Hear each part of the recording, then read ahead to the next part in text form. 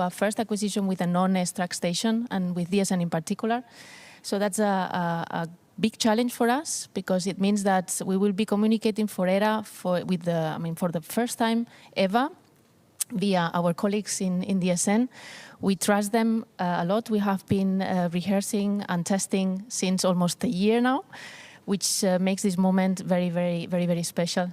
Also, if we are in the blind. Good, thanks, Gabrielle. Indeed, very important to underline this collaboration we have with the colleagues across the Atlantic. And this is all from the MCR. Back over to you, Matt. Thank you, Andrea. I don't think there's anything more iconic as Andrea's smile. Good luck to all the incredible team in Mission Control as well, as we await the all-important acquisition of signal. Wow, what an amazing day. As we continue our special coverage, I'm more than excited to introduce our next guest. It's Matthias Maurer, a European Space Agency astronaut who returned in 2022 from his Cosmic Kiss mission aboard the International Space Station. In fact, he rode on the exact same launch vehicle as we've just seen here at launch there. So, Matthias, it's an absolute honour to have you on the show. Welcome. Well, thank you. The honour is all mine, and congratulations to the launch team. Oh, that was a fabulous launch. Well, it was, wasn't it? Very exciting. Yeah. So obviously this is all about asteroids and planetary defence. So what significance do asteroids pose to people on the International Space Station and space exploration in general? Well, the day the International Space Station would have an encounter with an asteroid would be a really bad day. But we astronauts, we also hope to fly further than the International Space Station. The next step will be the Moon. And on the Moon, we have lots of impact craters. And that's why we all also get training. And we go, for example, to the Nördlinger Ries, which is a massive impact crater here in Germany, where an object the size of 1 kilometer in diameter, so a tiny little bit larger than the object we're flying to right now, hit Earth 15 million years ago and left a massive crater of 25 kilometers in diameter. So this we don't want to see happen again, yeah. And that's why we fly this mission.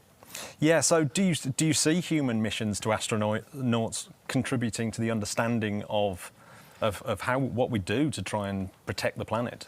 Yes, definitely. So I think a mission like the one that we see today, Hera, that is better done by a robotic mission, because it flies out 2 years and there's a lot of radiation that an astronaut would get on such a mission out there.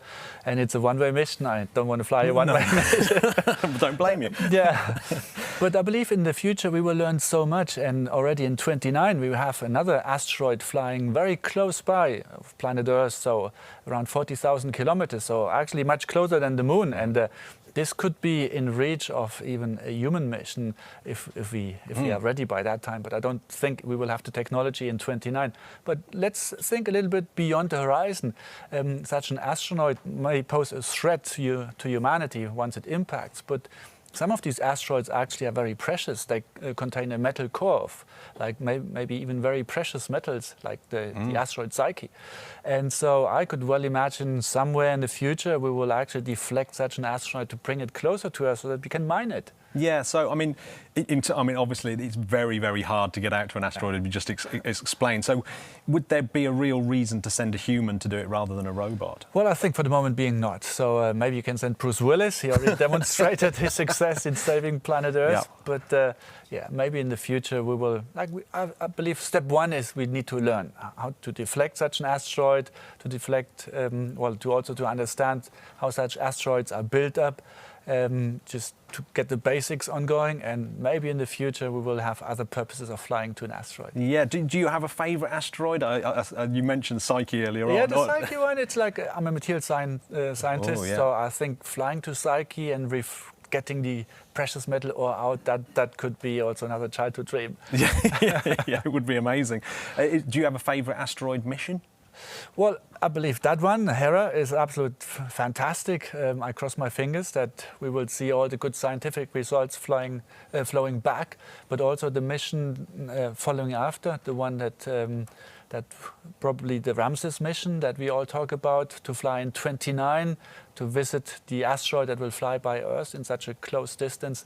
That will also be another step. Yeah, so we've just seen Hera sat on top of a Falcon 9 and go through the exact same journey that you went through. So if Hera suddenly became conscious, like a Greek goddess, explain how that would have felt. Well, I mean, it's like I wouldn't recommend Hera to go conscious. I think it should stay alert and awake and going straight on. But in our mission, we had a commander, and the commander had also like a lever to pull on in case something goes off nominal. So we could have ejected from the rocket and then have safely landed back on planet Earth. I think Hera doesn't have this option. No. Also, our booster landed back on planet Earth. Here we needed all the fuel, all the last drop of acceleration to bring Hera on a good mission to the encounter with the asteroids. Yeah, so that booster's lost forever now. I think it made a good history. It's an honourable end. It's an honourable end for a booster indeed.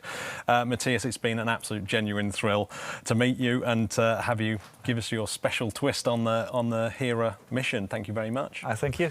So, if you've just joined us, we're broadcasting from Europe's Spacecraft Operations Centre here in Darmstadt, Germany. We're following the launch of ESA's Hera mission, a planetary defence spacecraft. Today marks the beginning of an exciting mission to explore the Didymos asteroid system. Stay with us, we'll guide you through separation. Here's first call from space. While Hera makes its way towards separation, it's a perfect time to dive deeper into the topic of planetary defence, which is at the heart of this mission. So I'm delighted to be joined, I don't know what happened there, to be joined by two special guests who I've rushed on and rushed off poor old Matthias. I'm sorry. So I've got delighted to be joined by Romana Kofler, Programme Manager Officer at the United Nations for Outer Space Affairs, and Richard Moisel, Head of the Planetary Office here at ESA. Together, they'll help us explore the global efforts to protect Earth from asteroid threats and the importance of the collaboration in planetary defence. Welcome to you both.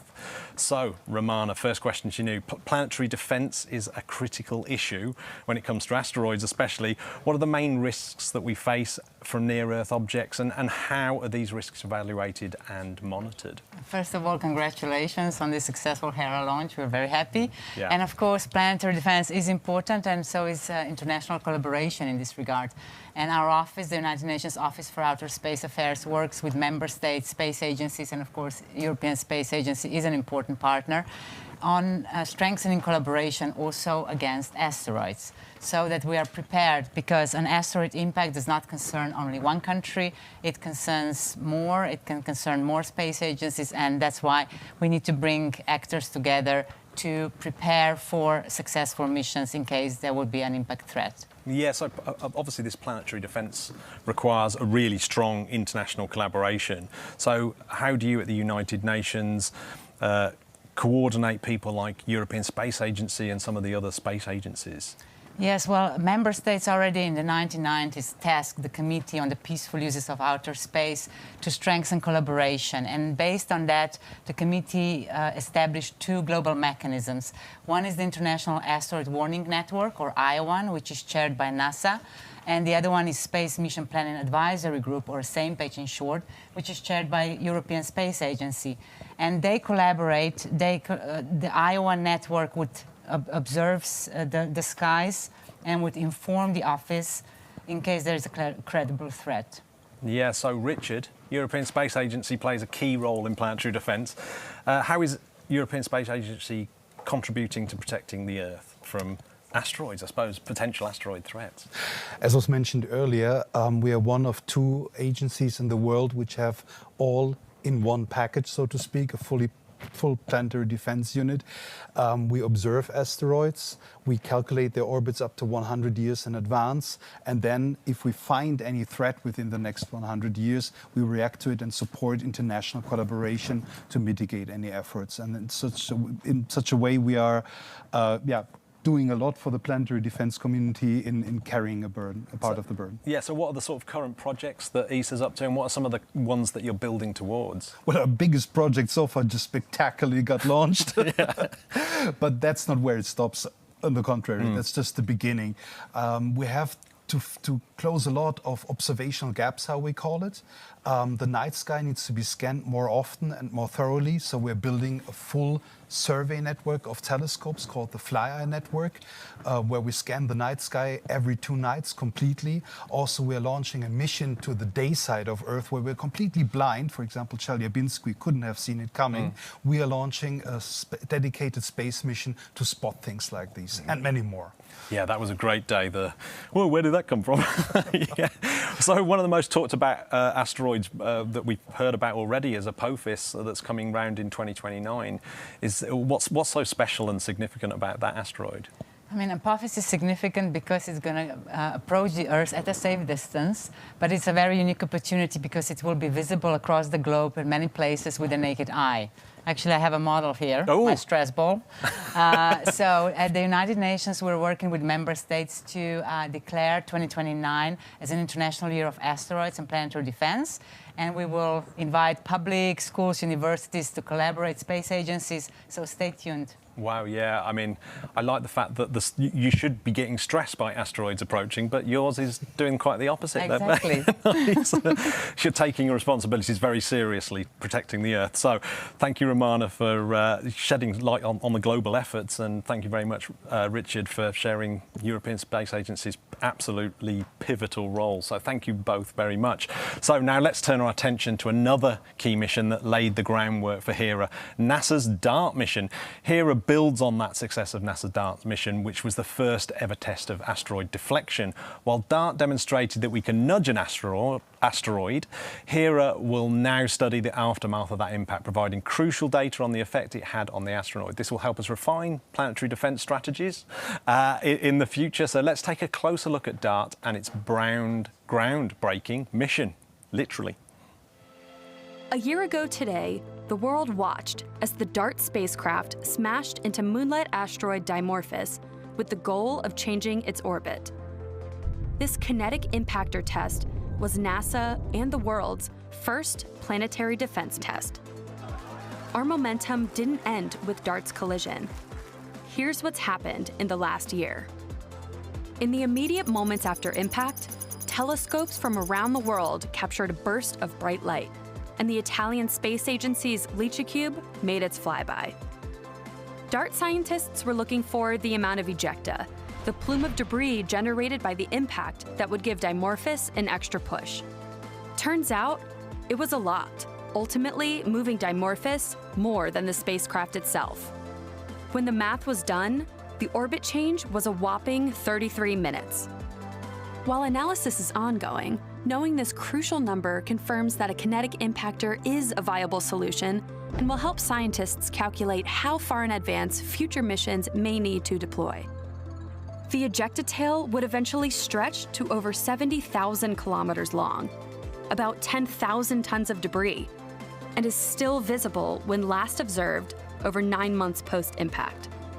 This ejected material are not on a course to be a threat to the Earth, but tracking them provides a better understanding of this unique test. The stunning images sent down by the Draco camera before impact have gotten a helpful lighting boost from the reflection off of Didymos, what the team is calling Diddy Shine. Modeling work using these images have allowed the team to build out the precise geography of Dimorphos, including the exact collision site. This work will be supplemented in 2024 when the European Space Agency HERA launches. HERA and its CubeSats will arrive in 2026 and land on the asteroid system in 2027 and provide radar imaging that can tell us more about the impact and about Dimorphos itself. The more we know about Dimorphos's specific traits and makeup, the better that scientists can extrapolate how kinetic impactors can affect other asteroids that we may one day discover heading our way. DART was the first ever planetary defense test for the world. The lessons learned in the days and months since impact have put us in a better position than ever before to defend ourselves from potential asteroid collisions.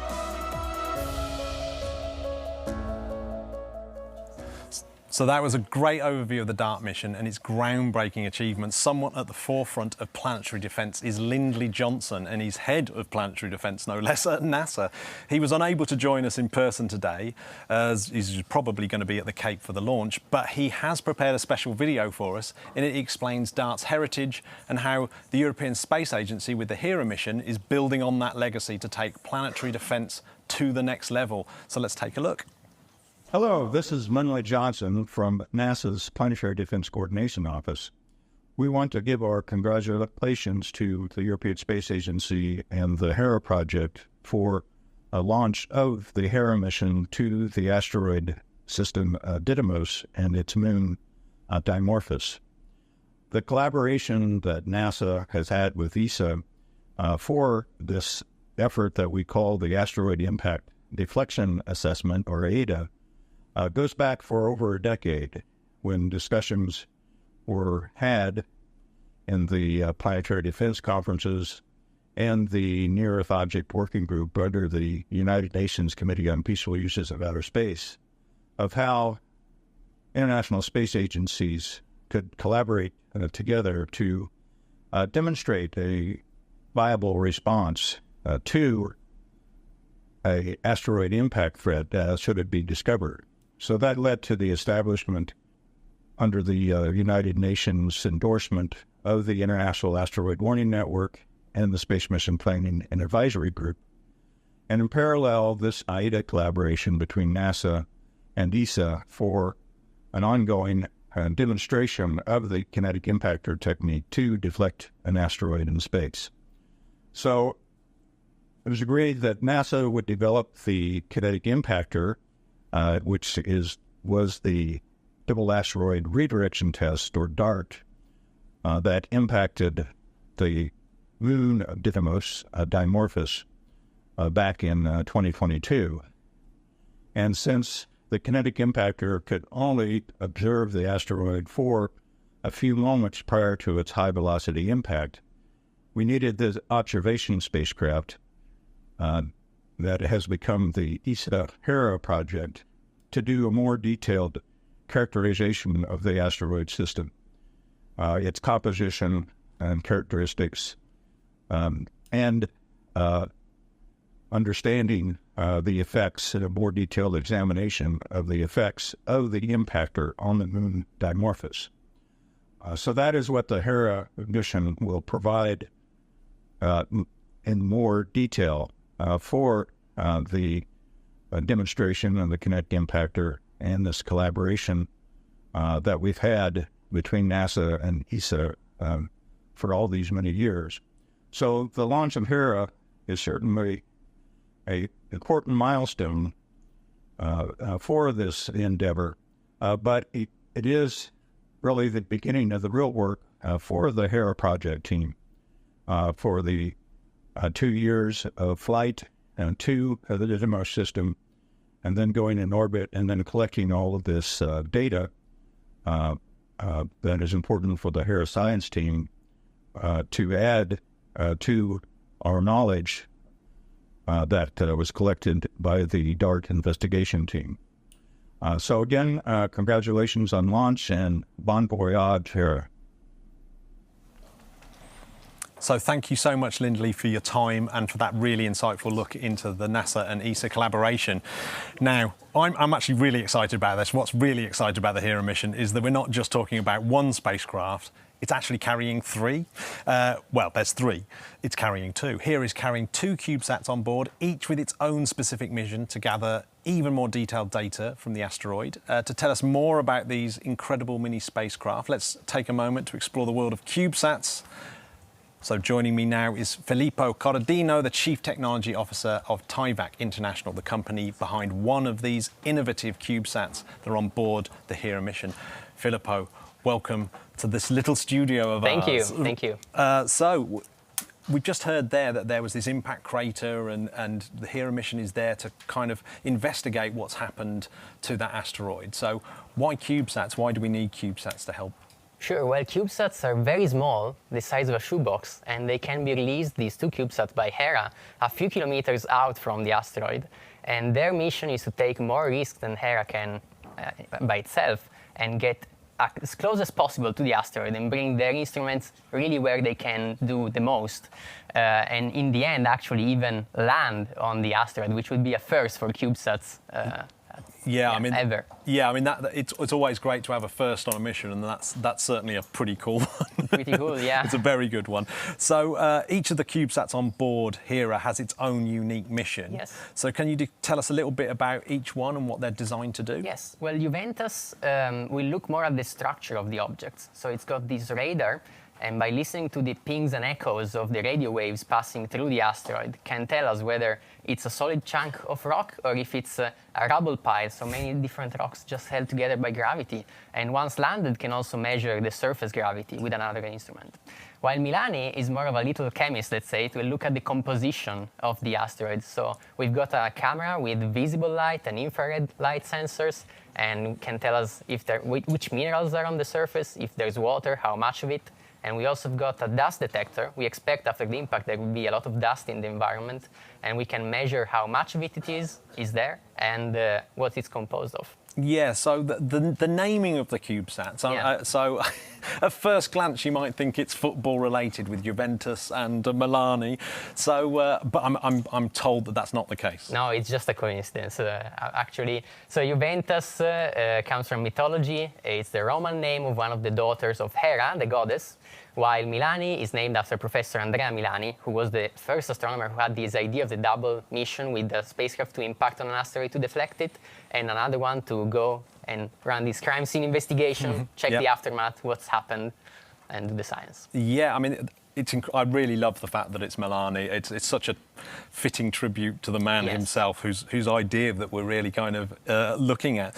And I just love the fact that you're using CubeSats. It seems that CubeSats have sort of really opened up that space exploration to many more people and many more institutions. Absolutely, yes. It's very, very nice, very interesting missions. So, yeah. So the mission is full of firsts. So can you tell us, is there any sort of new technologies or groundbreaking technologies that are on these CubeSats? Well, sure. For instance, on Milani, we had to develop a new thruster to move around the system, so a cold gas thruster, which needed to be very tiny because they're small, so they're packed full of equipment. And so we had to develop from another existing one a smaller, more compact thruster, and it's got these little tiny jets, very, very tiny jets to move around, and many other innovations, navigation cameras, radios also, the link with the mothercraft, the intersatellite link. It's a new piece of equipment. Yeah, so that was something we saw earlier on. Was that tested in the big room with the big Yeah, that's the final triangles? test for the ISL, with all the spacecraft communicating with each other and with the ground in that moment. Yeah, were you there at ESTEC when that was I was tested? not. A colleague of mine that was there, yes, but it was very exciting. It was remotely dated. As an old acoustician, that's one of my favourite rooms I've ever been in. It's huge. It's such a it's a good little space. So yeah, they talk to HERA and then HERA talks to Earth. Have I gotten that right? Yes, yeah. absolutely. Yes, because you cannot feed the radios you need to communicate directly with Earth on these tiny boxes. Yeah, I mean, it's brilliant. It's brilliant. CubeSats going out into deep space and landing on asteroids. You couldn't make it up. So thank you so much, Filippo, for joining me. It's fascinating insight into the role of CubeSats these days in missions like this. So it's incredible to see how much innovation is packed in. So now just a quick reminder why we're all here today. This is a major moment in planetary defence as ESA's HERA mission builds on the legacy of DART, taking us one step closer to understanding how to protect the Earth from asteroid threats. We're now checking out the SpaceX feed as the launch vehicle approaches its long coast phase. This is a critical part of the mission, with the vehicle cruising through space before the next major event. The team is closely monitoring everything as we move towards the next phase of HERA's journey. So now we've had a glimpse at the spacecraft progress, it's a great time to look ahead to the future of planetary defence. Here is just really the beginning. The follow-up mission will be Ramses, and that will build on the knowledge that HERA gathers this time round and push the boundaries even further. So I'm really pleased to bring back Paolo Martino, lead system engineer for the HERA mission, who will share more about both HERA and what we can expect from the exciting Ramses mission. So welcome, Paolo, once again. Thank you. How's your emotions? Luckily, I had some minutes to recover because it was really a very emotional moment. I just run out of tears. That's good. You've run out of tears, right? That's fantastic. So, what do you expect to be Hera's legacy, and how will Ramses build on that legacy? Yeah, in terms of planetary defense, Hera is just the beginning. We just come out of outstanding fast development. We launched today even 1 day ahead of schedule, but that's the only way to meet asteroids. They don't wait for you. No. And now the next mission proposed to our member states in terms of planetary defense, the place to be in planetary defense is asteroid Apophis. In 2029, the night of Friday the 13th of April, we'll have a very close encounter with Earth. Actually, we'll be as close as roughly 30,000 kilometers, so we'll be even visible with naked eye from all Europe in that night. And it's so close that the gravity of the Earth is expected to have a strong effect on the asteroid. So on top of changing its orbit, will also change its rotation and possibly create material movings or landslides, earthquakes, really something unprecedented for an asteroid. It's really a great occasion to further improve our knowledge of these potentially dangerous objects. But the schedule is really, really challenging. We need to launch in April 2028, which is even faster than Hera. This is why we are working on this mission called the Ramses, Rapid Apophis Mission for Space Safety, which builds on the legacy of Hera and gets even more fast, even faster, even more streamlined in order to basically be adapted to the different mission profile and manage to encounter the asteroid slight before its encounter with Earth and accompany it through this incredible moment. So you've got your Hera team, and we've seen how much work, when you showed us the launch campaign, how much work to put that together, and of course the culmination of launch today, which is why you're very emotional. And you've been working late as well on the Ramses project. So how when you tell the team, oh, we've got this new project and we've got to work even faster and harder, how does that go down? The team is incredibly passionate and motivated. We all are. We really look forward to start prepare this new adventure and hopefully get the blessing at the end of next year. Most likely our families will not be as happy and motivated as we are, but I take the chance to thank all of them for their understanding. Yeah, I mean, well, after all, you may be actually saving the planet. It's a good excuse. It's better than the excuse I have. So what have been really the major challenges with Hera and Ramses? Is it a sort of, there's no size fits all, that every time you build one of these spacecraft you've got to do something different? That's correct. As a key also for future fast reconnaissance asteroid missions, which will be fundamental in the future for planetary defense to be able to assess threats. It's really not possible to have a one-size-fits-all, because asteroids are in very different places, very far away from the sun. Some can be closer. So you cannot really have an optimum design for everything. And every time you need to do some fine-tuning for the exact trajectory of that specific asteroid. Ramses is intended to be also a demonstration of how fast we can actually be in building an asteroid scout, a reconnaissance mission that in the future might help us to assess a potential threat and define whether it is actually a threat and we need to do something, or we can be more relaxed and just enjoy the show. Yeah. Well, talking of enjoying the show, I'm going to let you go now, Paolo, because I know you want to kind of decompress, I'm sure, and take in the brilliance of this. So thank you so much, Paolo. So we have some time, I think, now to go over and see what's happening on the SpaceX feed. Of course, one of the hardest parts of this mission is designing how a spacecraft will actually get to its destination. One of the critical elements that's needed to be considered is the launch window, which we've actually hit today, the first launch window, and we've got it. A precise and narrow opportunity for the spacecraft to embark on its journey. Timing is everything. So joining me now is Pablo Munoz, a flight dynamic engineer, a key figure actually in the Hera mission and one of the experts guiding its critical launch operations. Pablo, it's really great to have you here. So was there something really difficult about the Hera launch window? What was special about it? Mm-hmm. So the very short answer would be Mars, but Right. we can go step by step Yeah. with the trajectory. So we launch when the Earth is at its closest point with the orbit of the asteroid, and about a few weeks later, we performed the first deep space maneuver that targets an encounter with Mars. So we are very fortunate that for this launch window, we have Mars at the right location at the right time so that we can exploit its gravity to give us a kick and changing the spacecraft trajectory and thus bringing huge fuel savings on the mission. So yeah, I think we've got on the screen behind us the actual orbital maneuvers. So this animation is for the trajectory the planned trajectory we will be flying as of today. Here we're going to encounter Mars, which by the way will also take the opportunity to fly by one of its moons, Deimos. As said, the passing close by Mars gives us a gravitational kick. Then we perform another maneuver in deep space, which targets the encounter with the Didymos asteroid system. And then we start the rendezvous phase, in which we perform a sequence of braking maneuvers. As we approach the asteroid, we align the velocity of the spacecraft to one of the asteroids so that we can start the proximity operations. Yeah, so if we'd missed today's launch window, you'd actually planned another one, which is completely different. So I think we can probably look at that one as well. So yeah, this would be on the right side. So we have a backup trajectory for 2026. Now we know happily we don't need it. Had we had to use it, it would have two main drawbacks. One is that Mars would be at the wrong location, so we couldn't use its gravity. So this means we would have to spend much more fuel on the spacecraft side.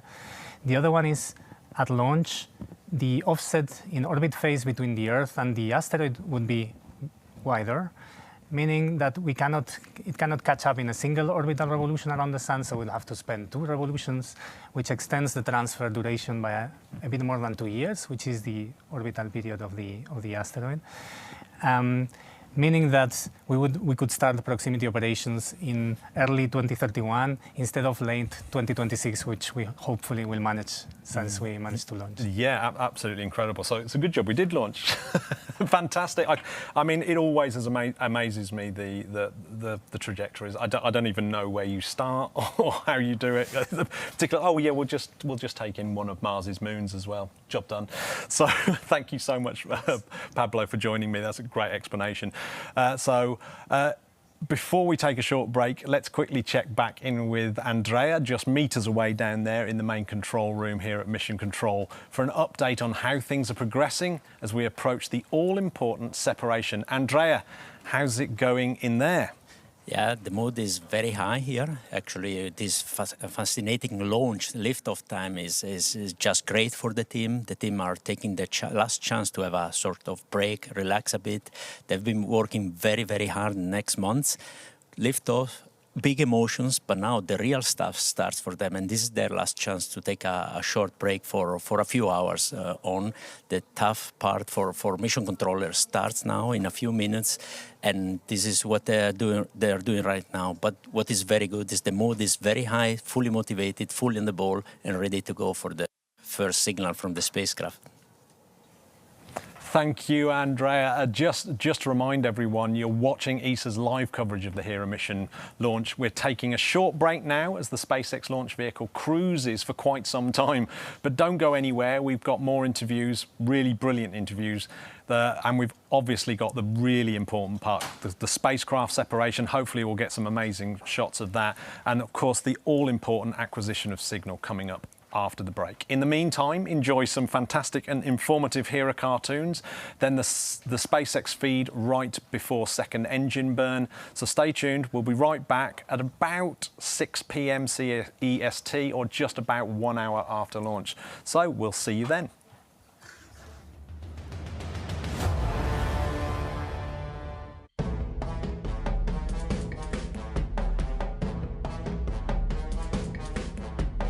The incredible adventures of the Hera mission.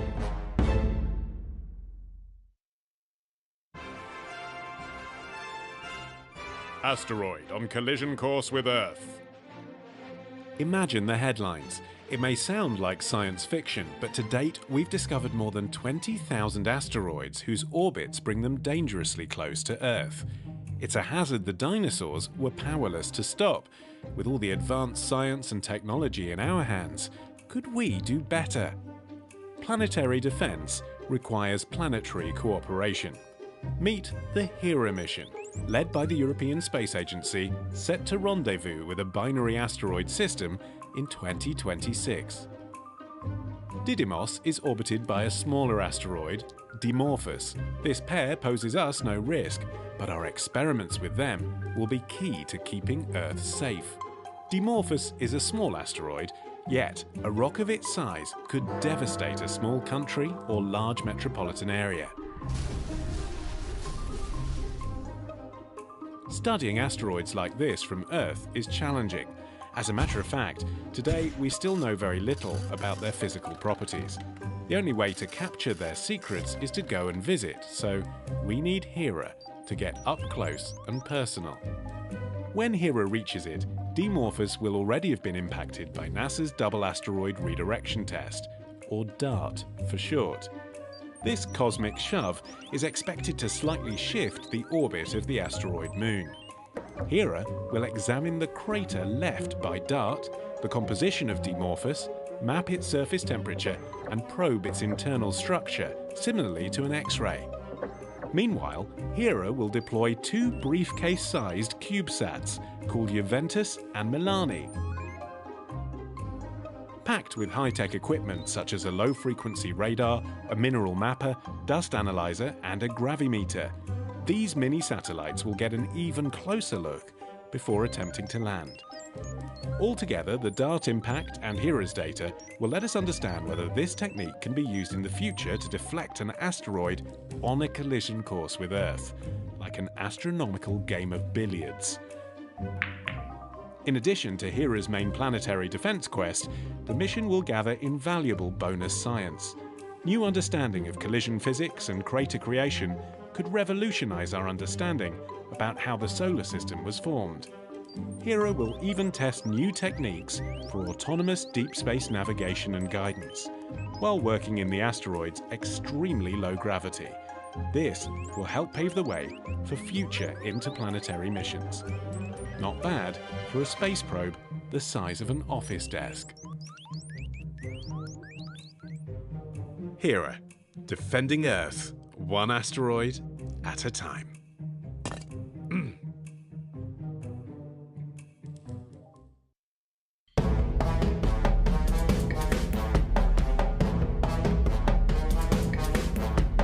The incredible adventures of the HERA mission.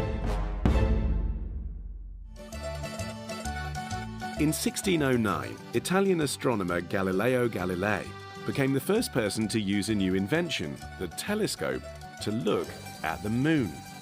He was astounded to find strange circular features. Great minds of the time thought they could be volcanoes, glaciers, or even coral.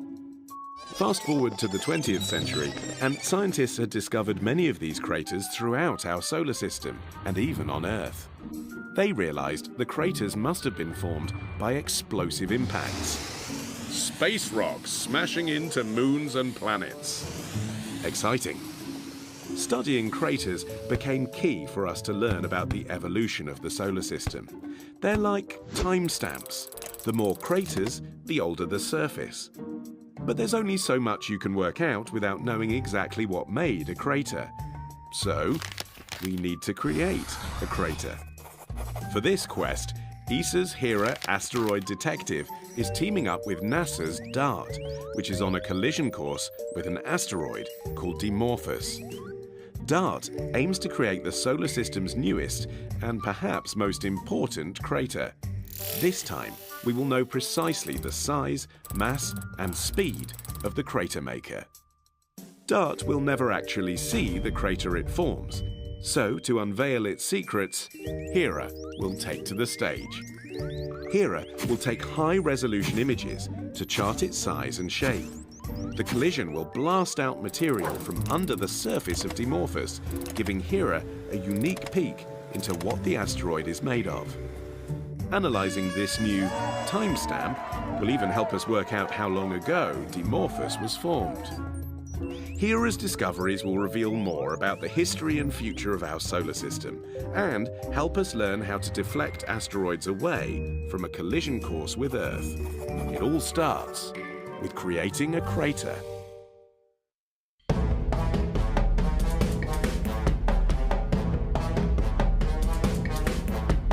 the incredible adventures of the Hera mission. Imagine you're going on a 2-year journey with no map. And once you arrive, you must conduct cutting-edge science using only what you have on your bag. That's exactly what Hera, ESA's asteroid detective, is going to do. To carry out her mission, she's packed with more gadgets than James Bond. Hera's target is the double asteroid Didymos, and in particular its small moon Dimorphos. The pair are 181 million kilometers away, but each measures just a few hundred meters across. To find Didymos, Hera will use an advanced camera to constantly scan the skies, looking for a single dot moving more than the others against the background of stars. Bingo! The same navigation camera will then be used for science, joining other high-tech kit, including a laser altimeter and thermal camera, mapping Dimorphos' shape, and discovering what it is made of. As it moves closer and closer to Dimorphos, Hera will be largely autonomous, like a self-driving car, tracking down a crater made by NASA's DART mission. Hera has 2 intrepid assistants, also packed with new tech. The first burn placing Falcon 9 and the Hera spacecraft into the desired orbit about 3 minutes ago after launch. Now, we are approaching the second burn of the engine to carry Falcon 9 and Hera to the orbit needed to deploy the spacecraft. Now, coming up here in a few seconds should be... And back ignition. And right on time, SES-2. That call out was for second stage engine start. Now, this burn is planned to last about 1.5 minutes. And we got a great view of that MVAC engine burning very bright there. Now, during this time, we will be adding 4,500 kilometers per second to our velocity. And again, on the bottom right hand of your screen, you can see the speed increasing rapidly there, and you can also see the altitude of the vehicle and the payload. Now, this is the second burn for this mission. There are 2 planned burns for this payload to be dropped into an interplanetary orbit. So that first burn took us into an Earth orbit, and now this second burn that's currently happening right now is taking the vehicle and the payload to that interplanetary orbit where the Hera spacecraft will be deployed. Now, we're just about 30 seconds away from the conclusion of SES-2, which will be SECO-2, that second stage engine cutoff 2. And then we will shut down that MVAC engine, allow the vehicle to coast for a little bit prior to the deployment of the payload. Now, SECO-2 is coming up here in just a few seconds.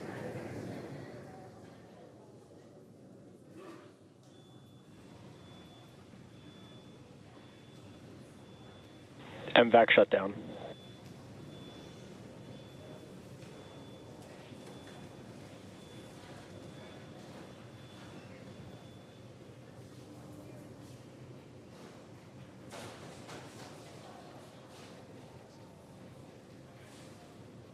We did have SECO-2 just waiting for confirmation of a good orbit.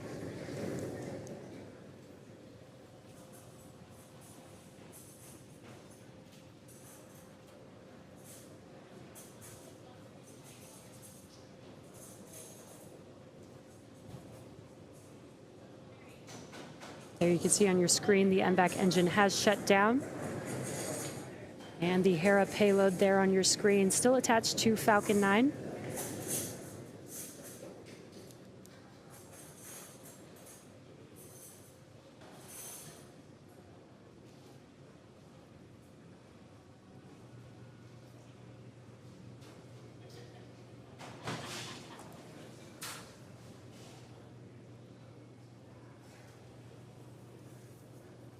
If you're just now joining us, we did have 2 completed burns for that MVAC engine. Just about a minute ago, we had SECO-2 where that second stage engine did cut off, and you can see that there, no longer firing. And we do still have the Hera payload still attached to Falcon 9.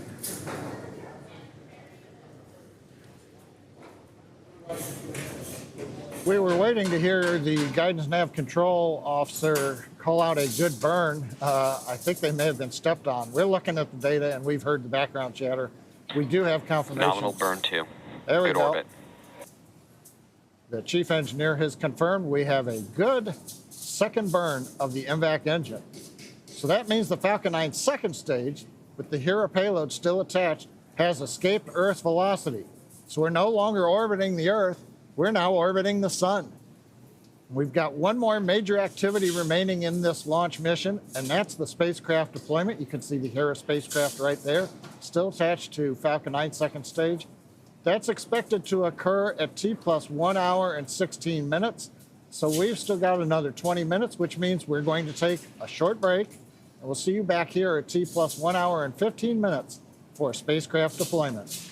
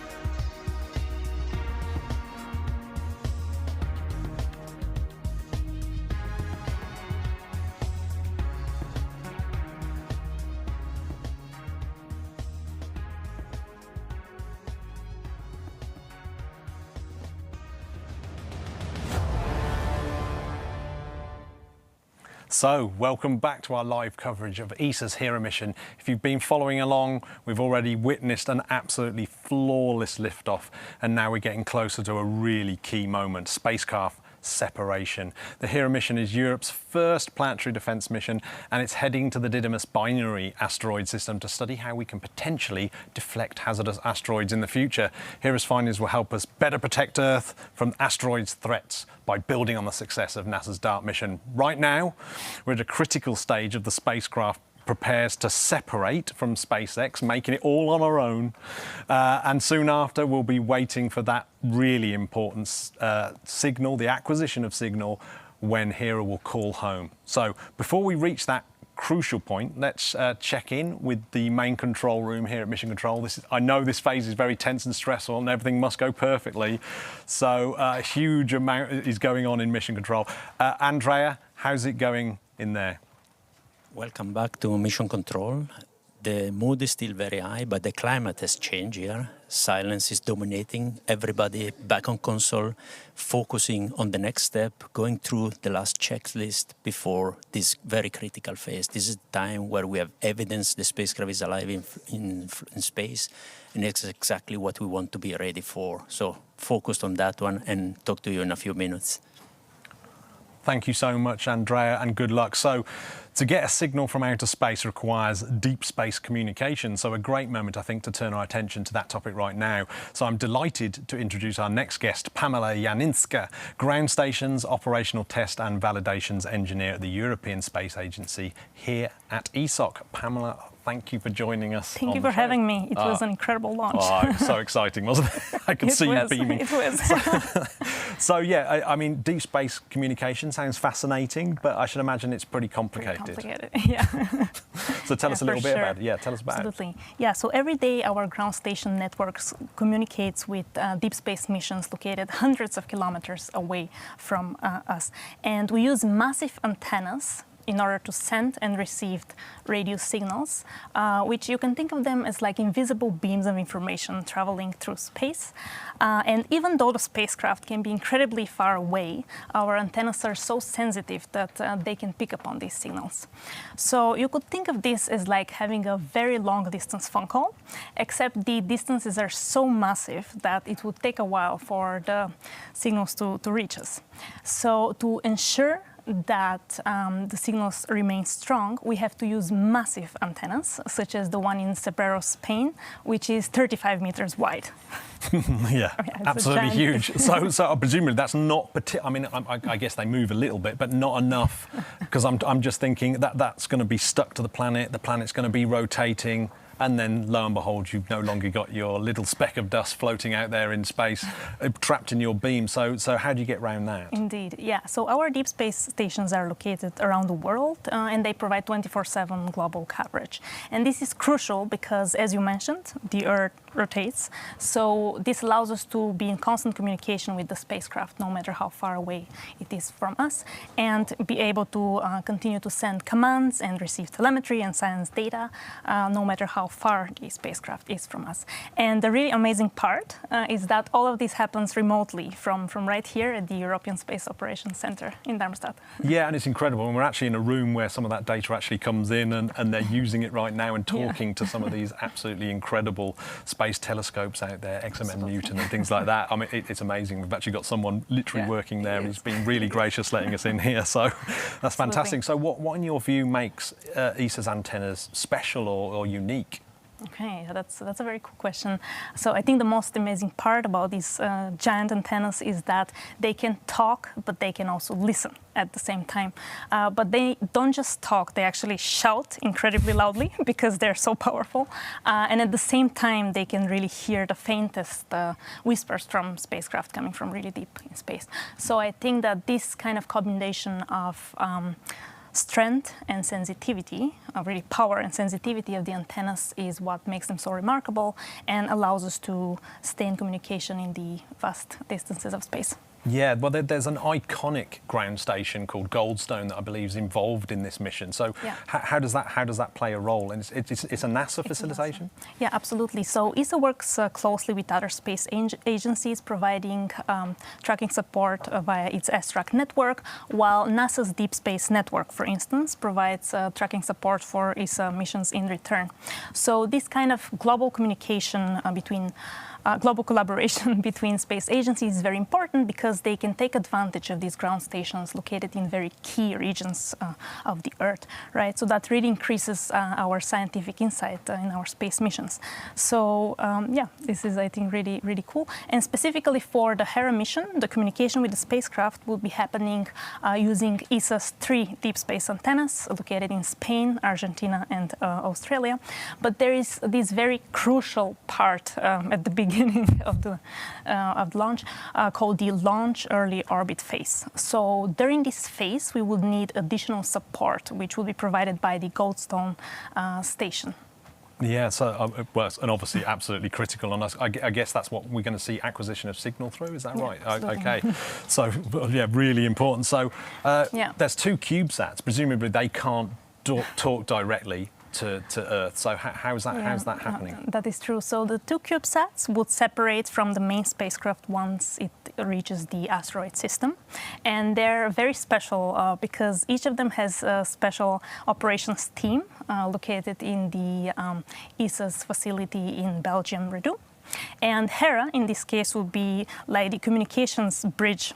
So it will be receiving information from the spacecraft and sending that information back to us on Earth.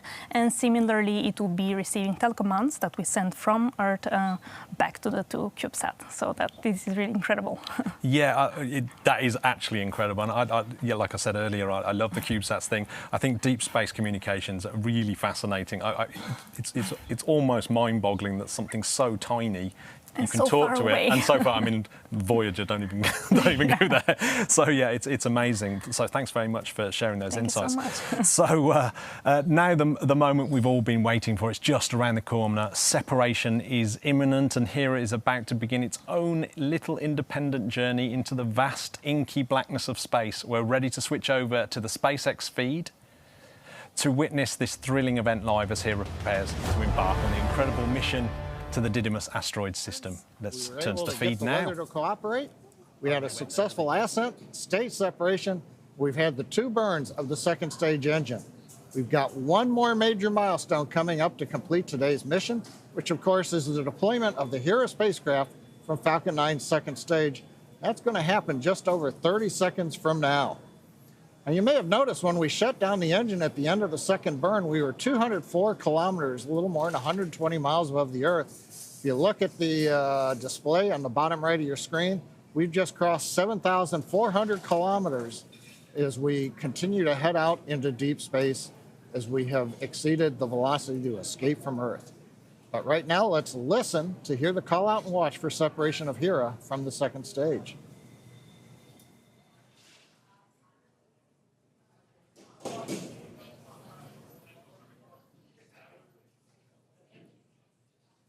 HERA separation confirmed.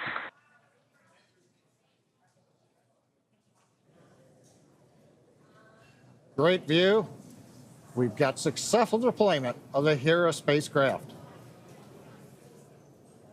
And with successful payload deployed, that brings our webcast to a close. Today's mission marks SpaceX's 389th overall mission to date and 94th mission of this year. Thank you to the European Space Agency for entrusting us with today's mission, as well as the range for their support. For continuing coverage of the mission, check out @ESA on X. And for continued updates on all of our missions, follow @SpaceX on X and spacex.com/launches. Thank you to all of our viewers for joining us this morning, and we'll see you again soon.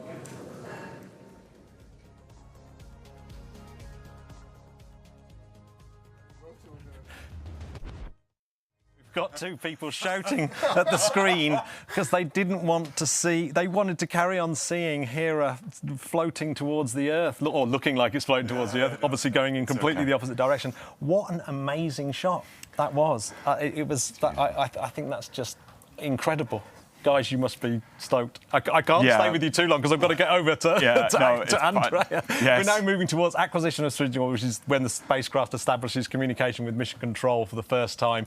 So let's check in with Andrea in mission control. Andrea, is it okay for you to talk to us through what's happening as the team prepares for this crucial update? Yeah, welcome back once more from my side. The most nerve-wracking phase of the launch sequence has started here in mission control. And I would keep silent from now onwards because the colleagues have to focus on what they have to do. Oh, no. Oh, don't do that.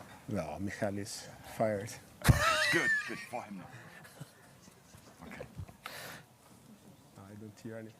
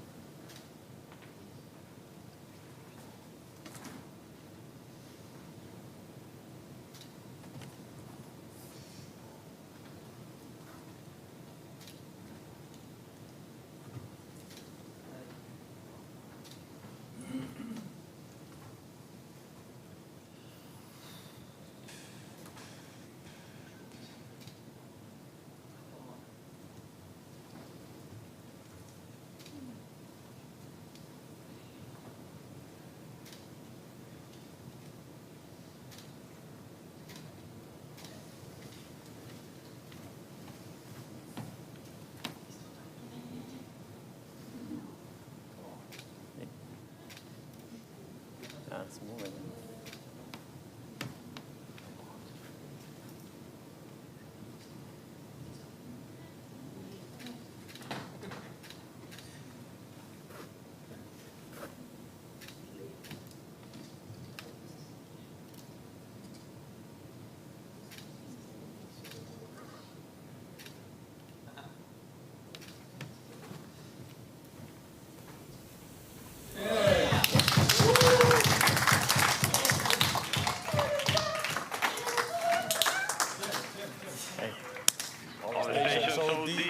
Acquisition of signal over Goldstone. We have just heard the flight director Ignacio Tanco confirming successful signal acquisition. This is the best news of the day. And then I let the team go through their checks now.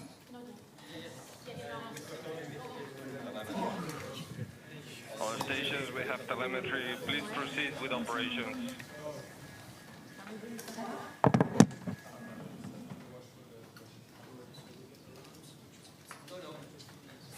Stand by for my go. We have low rates on all axes.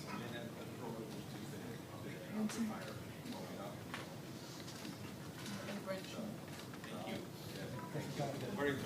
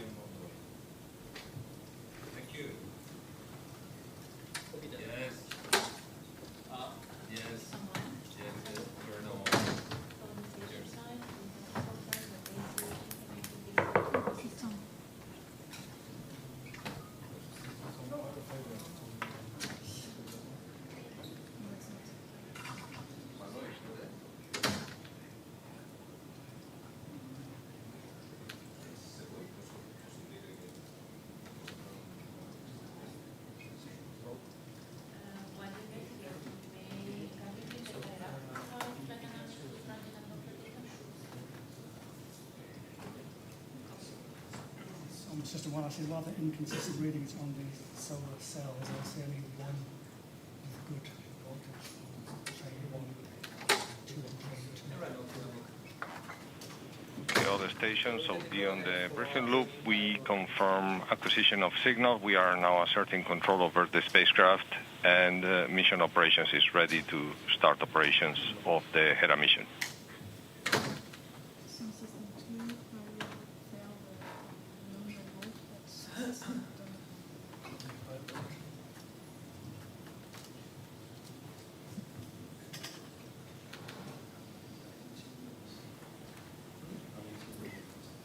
Okay.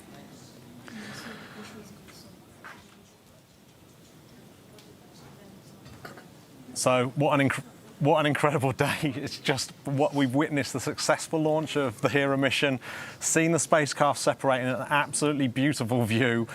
We've seen that amazing moment, acquisition of the signal. What an exciting journey. It's the start of something really amazing. So you two, you've been right from the beginning. How are you feeling? You go first. Yeah, me go first. Okay, so I admit I was wearing my lucky dinosaur socks, but I don't think that mattered. Any superstitious things that you've done today, or in previous things? Okay, now I get emotional again. My mission is to make grown men cry. You know this. Mission successful. So yeah, indeed, as you can imagine, after so many years, seeing the spacecraft grow at the launch site, last glimpse, we got to I got to kiss goodbye to HERA and tell her, a safe trip. Yeah, I mean, don't forget to call home. And she did, and we were here to answer the phone, and so. she... Proud dad.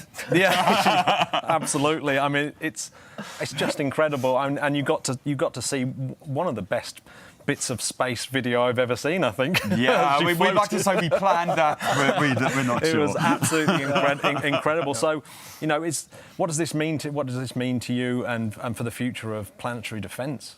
Well, we're now going back. We're en route. It's a flawless launch, flawless communications. We've got a working spacecraft. We're now on the way back to Didymos and Dimorphos. We'll make those measurements, and we'll make the world a safer place from the impact of asteroids.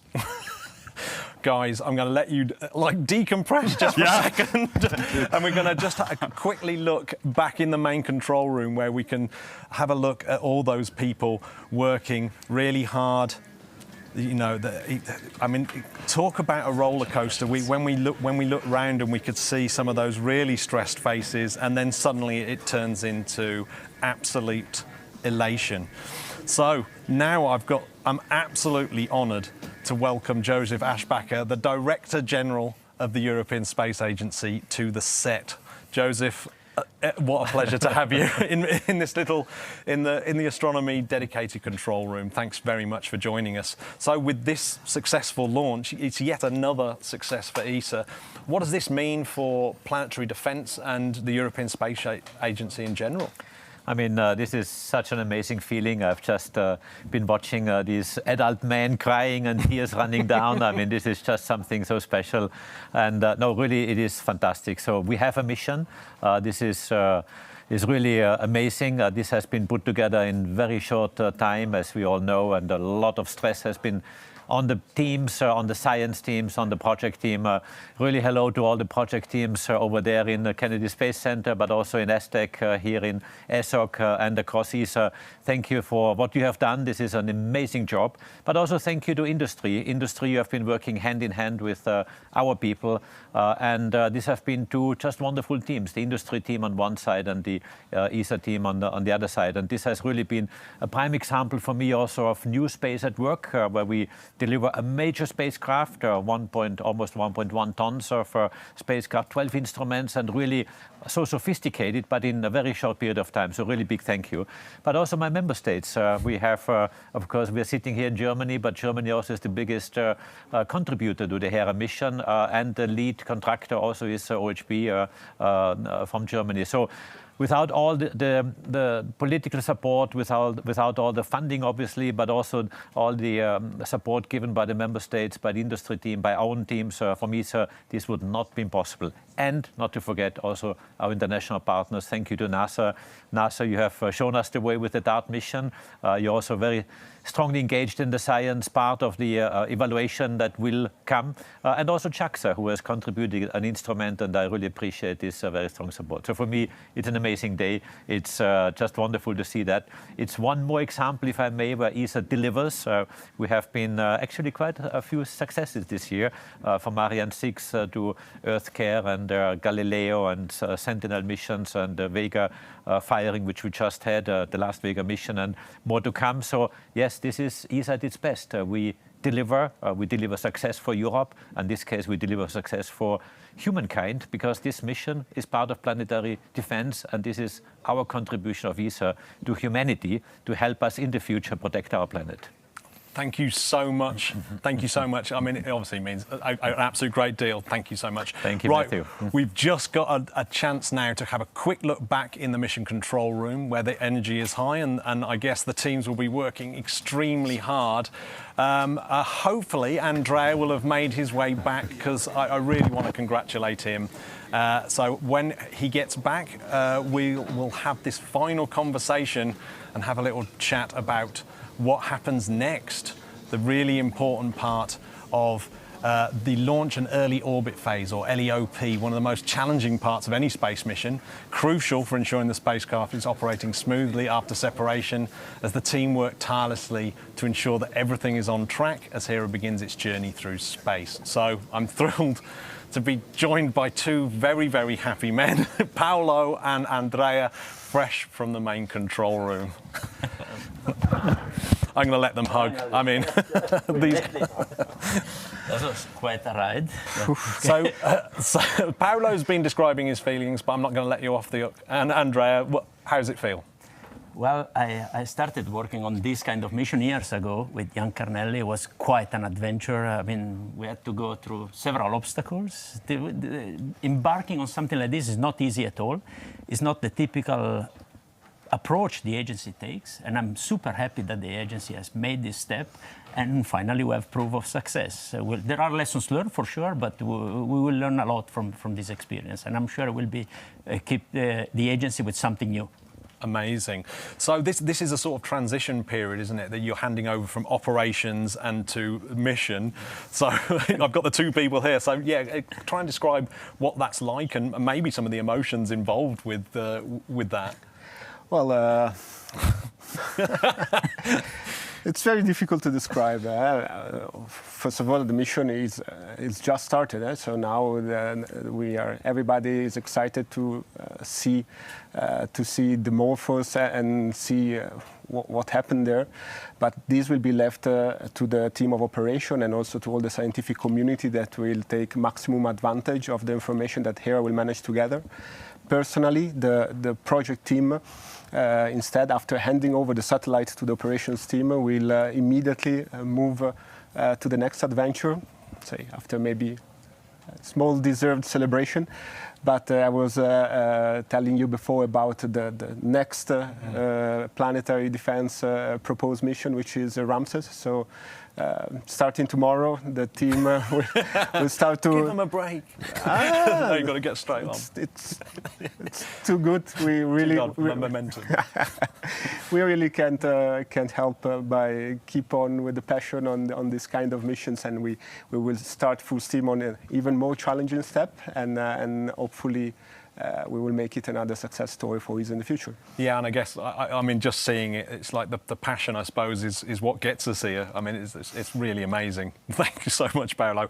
Now, Andrea, this is your last mission. Yes. And so, yeah, I mean, you're an iconic face in mission control. I mean, you know, over the years we've seen you in there. You're almost, you know, you're pretty famous. And this is your last mission. So how's that feeling? Well, it's a bit mixed feeling. On one side, there's nice to be in the control room. I was missing a bit the action, to be honest. I would have liked being there, pressing a few buttons. I think what is very nice is actually to see a new generation of mission controllers having grown up to the level that they can take over this completely. And I think this is what makes me most proud of what I've done here. And it's indeed, it's the last mission. It's not the end of my career, but it's the end of my career here in ESA. And I'll keep flying high.